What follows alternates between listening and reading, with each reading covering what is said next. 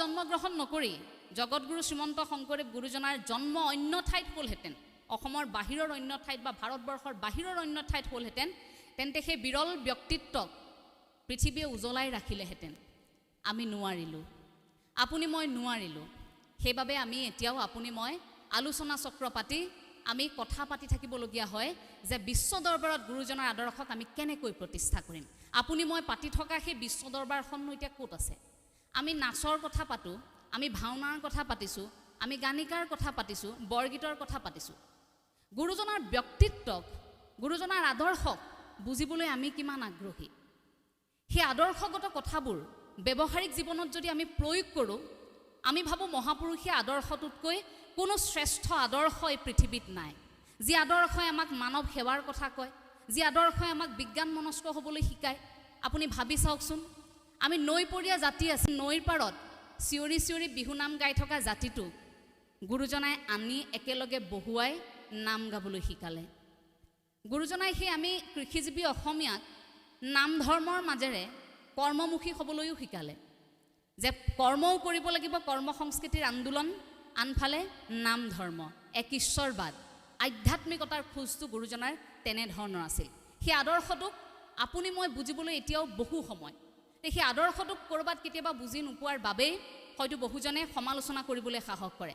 আপুনি মই যিখন অসমত জন্মগ্ৰহণ কৰিছোঁ, আপুনি মই ভাবি আছোঁ আমি গৌৰৱী যে আমি এইখন অসমত জন্মগ্ৰহণ কৰিছোঁ য'ত গুৰুজনাই জন্মগ্ৰহণ কৰিল।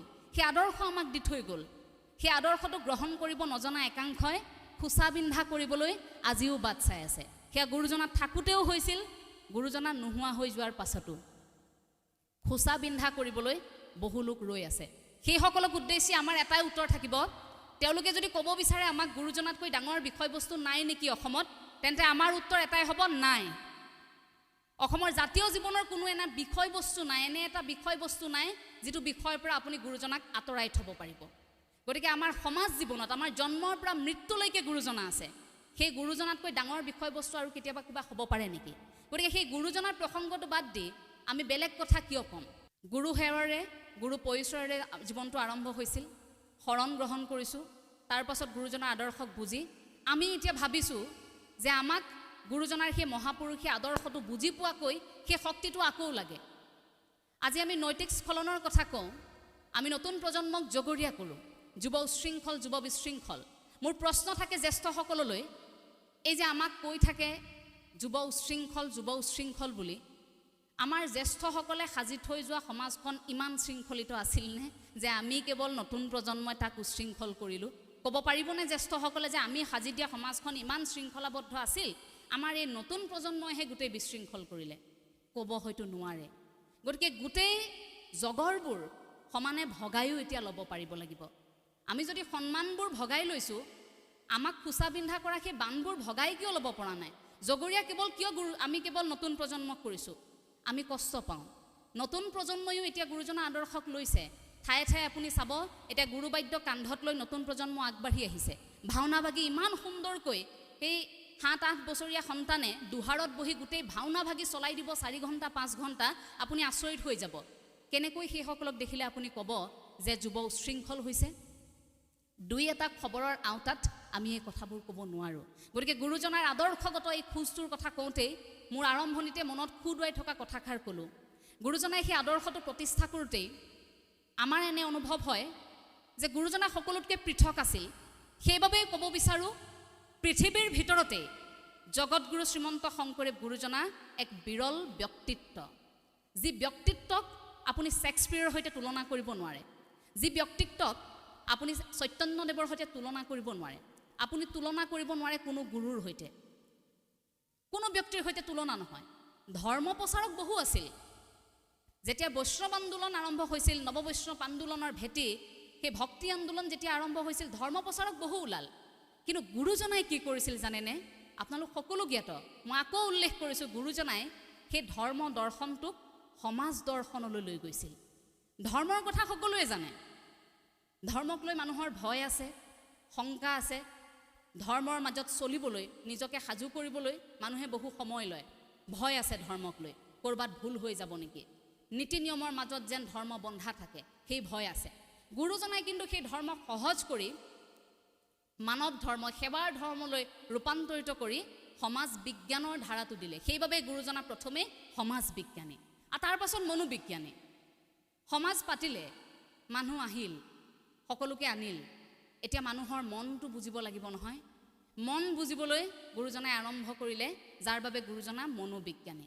যাৰ বাবে গুৰুজনাই ভাবিল যে এইসকল অসমীয়াক মই আনিছোঁ, নামঘৰত বহুৱাই ৰাখিছোঁ, কিন্তু এইসকল অসমীয়াক নামঘৰত এনেকৈ ঈশ্বৰ চিন্তাত বহুৱাই ৰাখিলে হয়তো ইয়াত 100 জন বহি থাকিব, 100 জনৰ মাত্ৰ 10 জনহে হৰি কথা শুনিব, 90 জনে কিন্তু হৰি কথা নুশুনে। গতিকে তেওঁলোকক কিছু পৃথক ধৰণে আমি আধ্যাত্মিকতাৰ আমেজ দিব লাগিব, আমি নাম ধৰ্মৰ আমেজ দিব লাগিব, এক ঈশ্বৰবাদৰ আমেজ দিব লাগিব পৃথক ধৰণে। আৰু সেইবাবে সাংস্কৃতিক বিপ্লৱৰ সূচনা কৰি সেই গুৰুজনাই আমাৰ মাজত এই বৰগীত ভাগি, এই নাট ভাগি এনেকৈ আৰম্ভ কৰিলে। সেইবোৰ আমাক আকৰ্ষণ কৰিবলৈ আছিল, সেইবোৰ আমাক বুজিবলৈ আছিল। আমি যাতে সেইবোৰ বুজি পাই উপলব্ধি কৰি সেই আদৰ্শটোত আমি সোমাওঁ।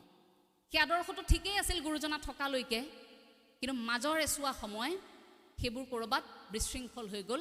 এতিয়া লাহে লাহে সেইবোৰ বিকৃত উপস্থাপন হ'বলৈ আৰম্ভ কৰিছে।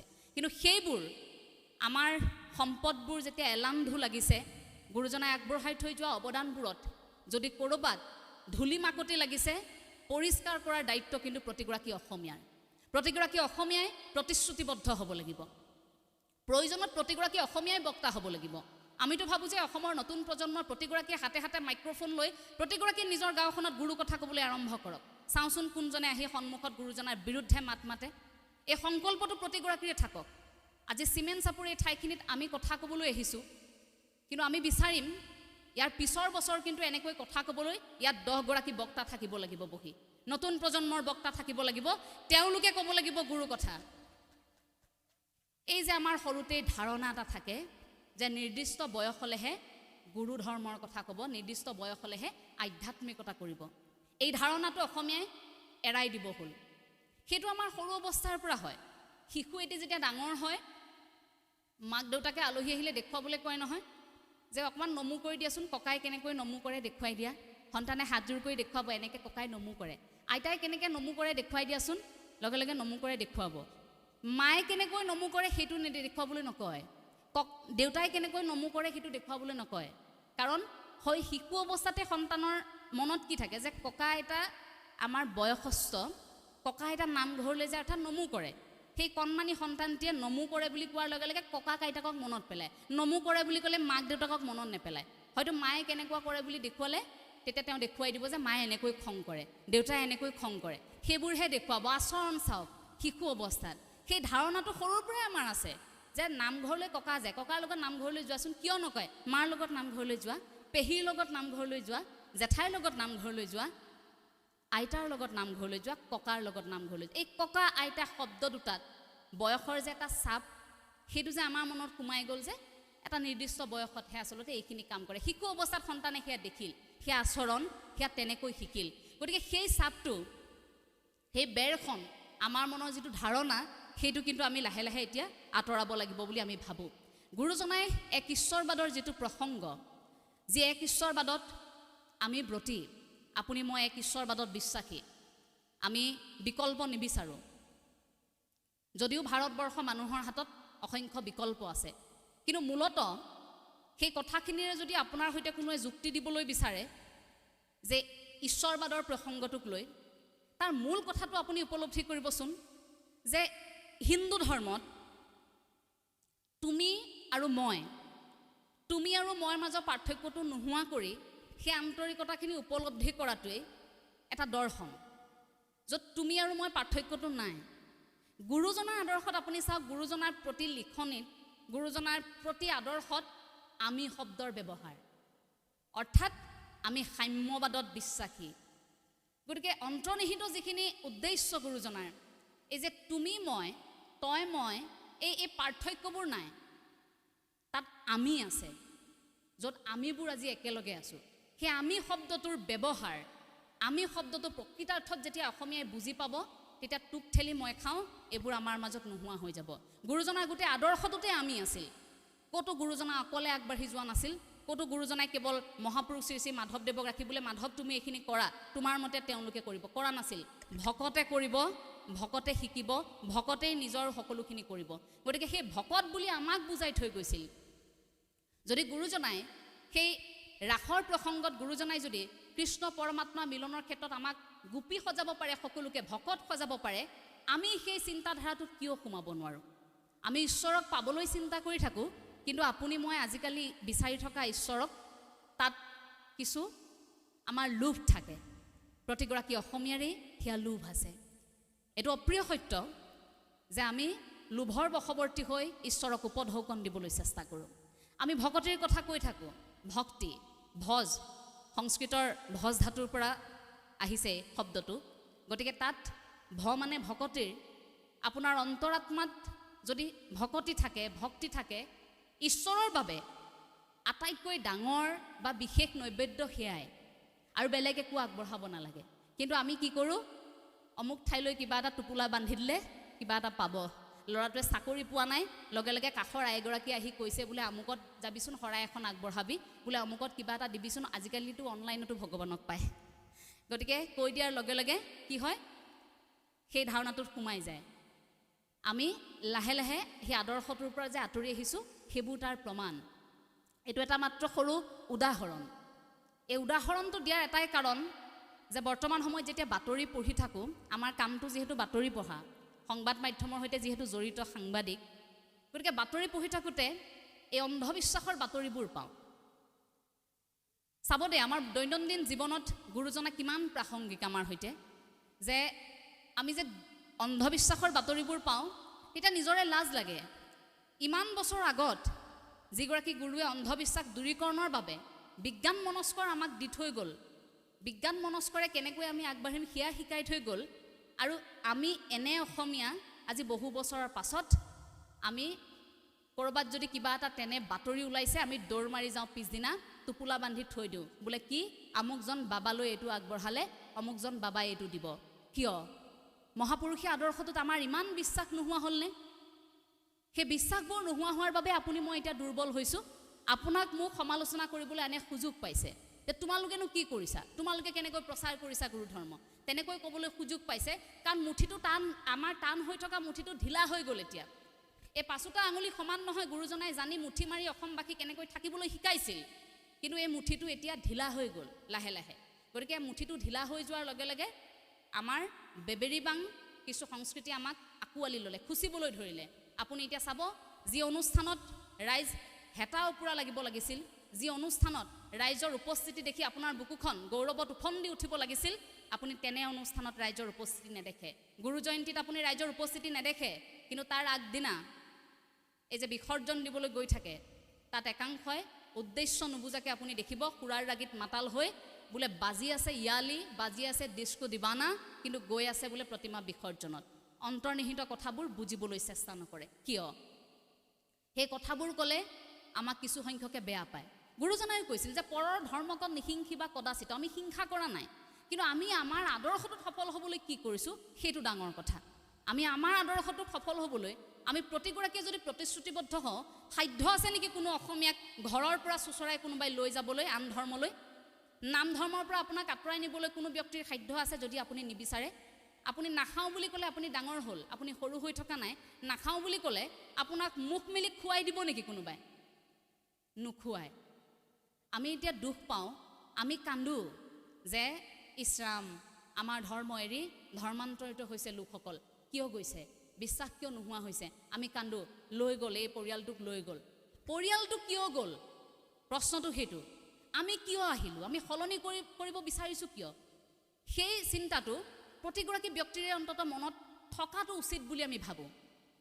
যিহে আদৰ্শগত কথাবোৰ যদি প্ৰতিখন ঘৰে বুজে, আচলতে আলোচনাবোৰ নিজৰ ঘৰখনৰ মাজত হোৱাৰ পাছতহে আমি ভাবোঁ যে সেই আলোচনাটো বাহিৰলৈ যাওক, সেই আলোচনাটো তাৰ পাছতহে বাহিৰলৈ যাওক, তাৰ পাছত আমি আলোচনা পাতোঁ, আলোচনা কৰোঁ। কিন্তু নিজৰ ঘৰখনতেই যদি প্ৰথম আমি আলোচনা নকৰোঁ, আনক আমি কৈ লাভ নাই। বোলে দেউতাকে আহি মিটিঙত ভাষণ দিয়ে, ল'ৰা ছোৱালীয়ে আজিকালি নামঘৰলৈ নাহে, নিজৰ সন্তান কিন্তু তেওঁৰ লগত অহা নাই, দেখিব বেলেগ এটা অনুষ্ঠানত আছে। নিজৰ সন্তানক আনিব নোৱাৰা ব্যক্তিয়ে যদি ডাঙৰ ভাষণ দিয়ে, আপোনালোকে শুনিব নেকি? নুশুনে। গতিকে উপদেশতকৈ আহি ভাল প্ৰতিটো পৰিয়ালে যদি সংকল্পবদ্ধ হয় যে আমি এই মহাপুৰুষীয় আদৰ্শটোত আমাৰ সাধনা আছে, আৰু আমাৰ জীৱনৰ শান্তি ইয়াত আছে। এই আদৰ্শটোক যদি প্ৰতিগৰাকীয়ে বুজি পায়, সেই আদৰ্শটোত থাকিলে আপোনাক কোনো সমস্যাই শেষ কৰিব নোৱাৰে। সেই আদৰ্শটোত থাকিলে আমি ভাবোঁ যে সেইটো জীৱনৰ সৰ্বশ্ৰেষ্ঠ প্ৰাপ্তি।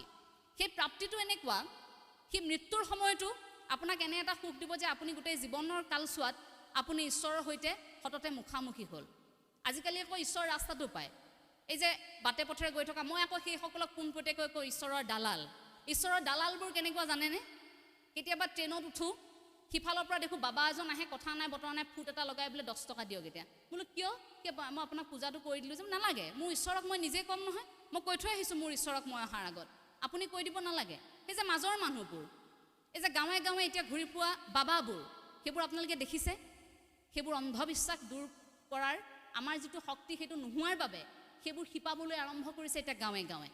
আমাৰ অসমীয়া সমাজত তেনে মানুহ বিশ্বাস কৰা কোনো লোক নাছিলে। আগতে মন কৰিব, এটা সময় আছিল যেতিয়া ঘৰৰ সন্তান বিপদত পৰে, ঘৰখনত কিবা সমস্যা আহে, চিধাই গৈ নামঘৰত সেৱা আভাগী কৰে, ভকতক মাতি সেৱা আভাগী কৰে। কিন্তু আজিকালি সেইটো নকৰে, বিশ্বাসবোৰ ক'ৰবাত নোহোৱা হৈ গৈছে। গতিকে সেই বিশ্বাসবোৰ অসমীয়াই আকৌ আনিব লাগিব।